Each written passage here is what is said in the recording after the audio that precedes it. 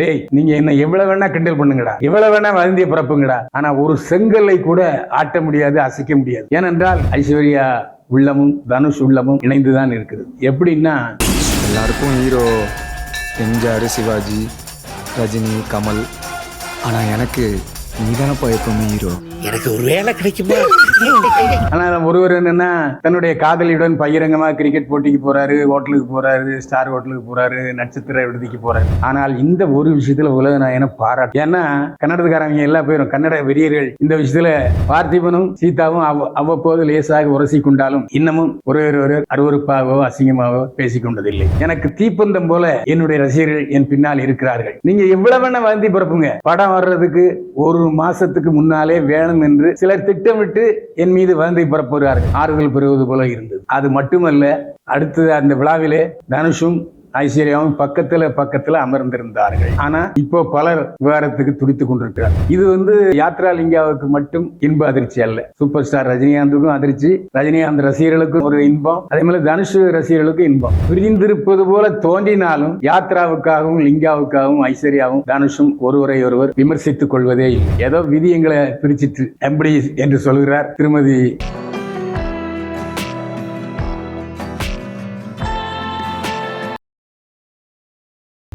என்னை வாழ வைத்துக் கொண்டிருக்கும் யூடியூப் சேனல் நேயர்களுக்கு நன்றியும் வணக்கமும். பேப்பர் வெயிட் சேனல் நேயர்களே, மீண்டும் இணைகிறார்கள் தனுஷ் ஐஸ்வர்யா. மகன்களுக்காக ஒன்று சேரும் தனுஷ் ஐஸ்வர்யா ஜோடியை, யாத்ரா லிங்கா ஆகிய 2 மகன்களுக்காக வாழ்க்கையில் மீண்டும் ஒன்றிணையும் ஐஸ்வர்யா தனுஷ் ஜோடியை பேப்பர் வெயிட் சேனல் வாழ்த்தி வரவேற்கிறது. பின்னணி என்ன? பொதுவாக ராமராஜன் நளினி பிரிஞ்சாங்க, பார்த்திபன் சீதா பிரிஞ்சாங்க.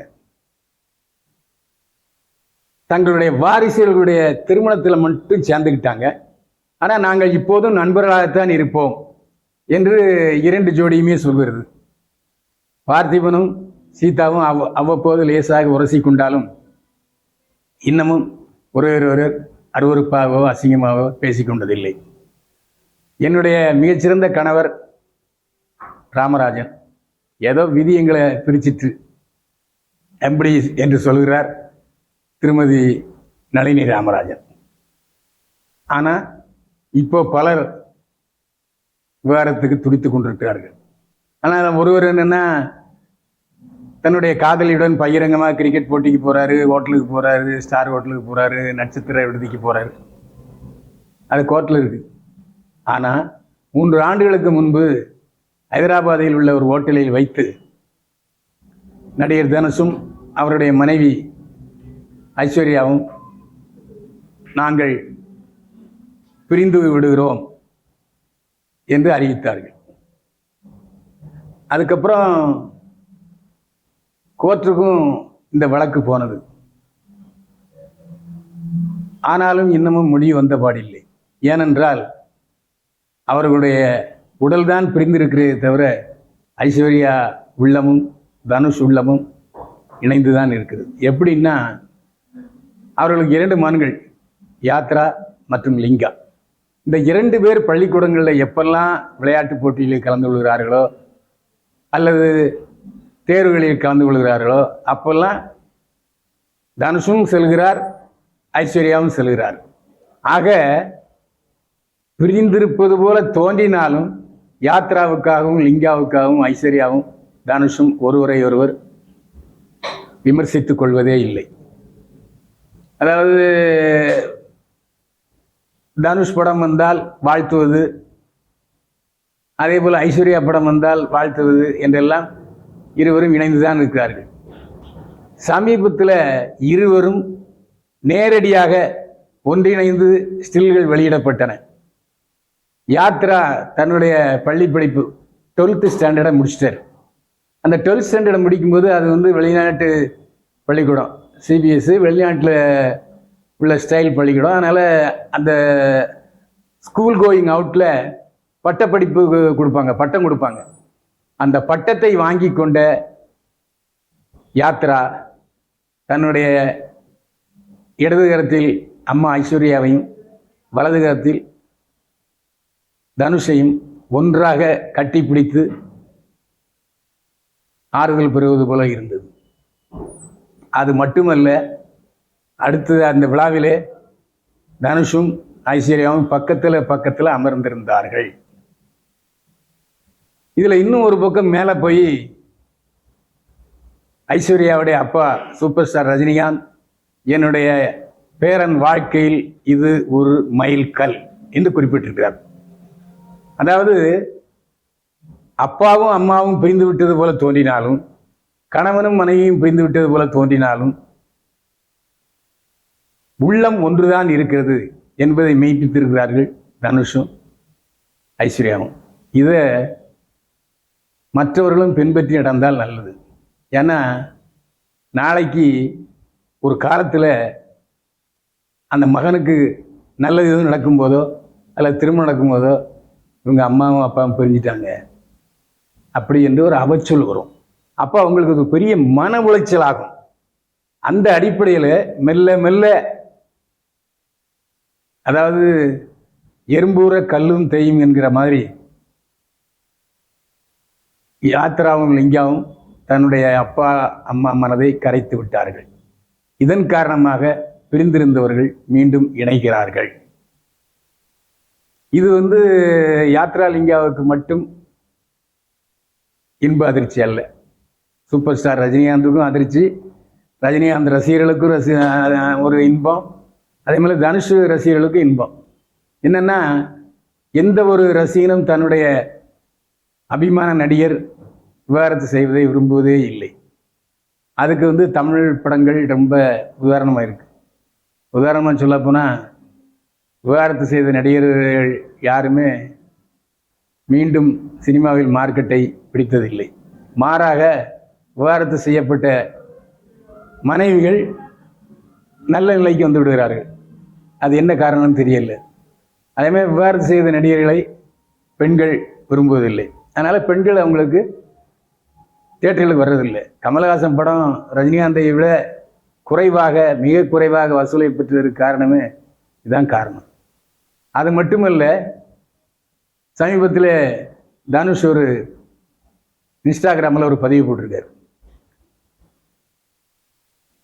டேய், நீங்கள் என்ன எவ்வளோ வேணா கிண்டல் பண்ணுங்கடா, எவ்வளோ வேணா வதந்திய பரப்புங்கடா, ஆனால் ஒரு செங்கல்லை கூட ஆட்ட முடியாது, அசைக்க முடியாது. ஏனென்றால் எனக்கு தீப்பந்தம் போல என்னுடைய ரசிகர்கள் என் பின்னால் இருக்கிறார்கள். நீங்க எவ்வளவு வேணா வதந்தி பரப்புங்க, படம் வர்றதுக்கு ஒரு மாசத்துக்கு முன்னாலே வேணும் என்று சிலர் திட்டமிட்டு என் மீது வதந்தி பரப்புகிறார்கள். அதையெல்லாம் தாண்டி என்னுடைய படங்களை என்னுடைய ரசிகர்கள் வெற்றி பெற வைக்கிறார்கள். எனவே என்னுடைய ரசிகர்கள் தான் என்னுடைய வழிகாட்டி. இன்றைக்கு நான் சந்தோஷமாக இருக்கிறேன். பல மன உளைச்சலுக்கிடையே என்னை சந்தோஷமாக வைத்திருப்பது என்னுடைய ரசிகர்கள் தான் என்பதை உறுதிப்படுத்தி இருக்கிறார் தனுஷ். மீண்டும் ஒரு முறை தனுஷும் ஐஸ்வர்யாவும் வாழ்க்கையில் 100 ஆண்டு வாழ்ந்து இன்பமாக சிறக்க நம்முடைய பேப்பர் வெயிட் சேனல் வாழ்த்துகிறது. கர்நாடகத்தில் உலகநாயகன் கமலஹாசனின் தக் லைஃப் வெளியிட வேண்டும். திரையிடப்படும் தியேட்டர்களில் உரிய பாதுகாப்பு வழங்க கர்நாடக காவல்துறைக்கும் கர்நாடக அரசுக்கும் கர்நாடக உயர்நீதிமன்றம் உத்தரவிட்டிருக்கிறது. ஆரம்பத்தில் தமிழிலிருந்து கன்னடம் பிறந்தது என்று சொன்னார். இது வரலாற்று உண்மை. திராவிட மொழிகளில் கல்தோன்றா மண்தோன்றா காலத்தை மூத்த குடி தமிழ் குடி தான். தமிழில் இருந்து தான் மலையாளம் பிறந்தது, தமிழில் இருந்து தான் தெலுங்கு பிறந்தது, தமிழில் இருந்து தான் கன்னடம் பிறந்தது. அதனால தான் திராவிட மொழிகள் என்று சொல்லப்பட்டது. அப்படிப்பட்ட சூழ்நிலையில் கமலஹாசன் சொன்னார், தமிழிலிருந்து தான் கன்னடம் தோன்றியது என்று. ஆனால் இந்த ஒரு விஷயத்தில் உலகநாயகனை பாராட்டணும். ஏன்னா கன்னடத்துக்காரங்க எல்லாம் போயிடும், கன்னட வெறியர்கள் இந்த விஷயத்தில் கமலஹாசன் மன்னிப்பு கேட்க வேண்டும், இல்லையில் அவருடைய படங்களை நாங்கள் பெங்களூரிலும் கர்நாடகாவிலும் தேட விட மாட்டோம், தியேட்டர்களை கொளுத்துவோம் என்று சொல்லி பேனர்கள்லாம் டிஸ்டர்ப் பண்ணீங்க. ஆனால் இதுக்கு முன்னால் உள்ள சம்பவங்களில் சத்யராஜும் சரி, இன்னொரு நடிகரும் சரி மன்னிப்பு கேட்டார்கள். புரட்சி தமிழன் சத்யராஜ் தன்னுடைய படம் ஓடணுங்கிறக்காக மன்னிப்பு கேட்டார். ஆனால் அந்த விஷயத்தில் கமலஹாசன் பின்வாங்கவில்லை.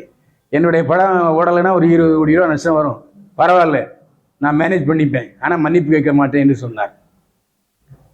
இப்போது விதிவசத்தாலோ அல்லது சட்டபூர்வமாக நியாயம் கிடைக்க வேண்டும் என்பதற்காகவோ அவர் கர்நாடக உயர்நீதிமன்றத்திலே ஒரு வழக்கு பதிவு செய்தார். நான் தக்கலை படத்தை கர்நாடகத்தில் வெளியிட வேண்டும், என்னுடைய படம் சென்சார் செய்யப்பட்டிருக்கிறது, என்னுடைய படத்துக்கு உங்கள் அரசாங்கத்துக்கு வருமானம் வரப்போகிறது, மத்திய அரசுக்கும் வருமானம் வரப்போகிறது, இந்த சூழலில் சென்சார் செய்யப்பட்ட என்னுடைய படத்தை தடை செய்வோம் என்று சிலர் மிரட்டுவதற்கு காரணமே இல்லை. எனவே தங்குதடையின்றி என்னுடைய படத்தை தக்கலைஃபை நீங்கள் கர்நாடகத்தில் வெளியிடணும்னு கோர்ட்டில் சொன்னார் கமலஹாசன் தரப்பு வழக்கறிஞர். இதை கர்நாடகா உயர்நீதிமன்றம் ஏற்றுக்கொண்டது. தக்லைஃப் திரையிட்ட அத்தனை தியேட்டர்களிலும் கர்நாடக அரசு காவல்துறை போதிய பாதுகாப்பு வழங்க வேண்டும். கர்நாடக அரசும் இந்த விஷயத்தில் தக்லைஃபுக்கு ஆதரவு கொடுக்க வேண்டும் என்று திட்டவட்டமாக ஒரு தீர்ப்பை அளித்திருக்கிறது கர்நாடக உயர்நீதிமன்றம். இது ஒரு நியாயத்துக்கு கிடைத்த வெற்றி, மொழி வெறியர்களுக்கு கிடைத்த ஆப்பு என்றுதான் சொல்ல வேண்டும். தக்கலை படம் வசூலில் வெற்றி பெற பேப்பர் வெயிட் சேனல் வாழ்த்துகிறது. மீண்டும் சந்திப்போம். வாழ்க வளமுடன்.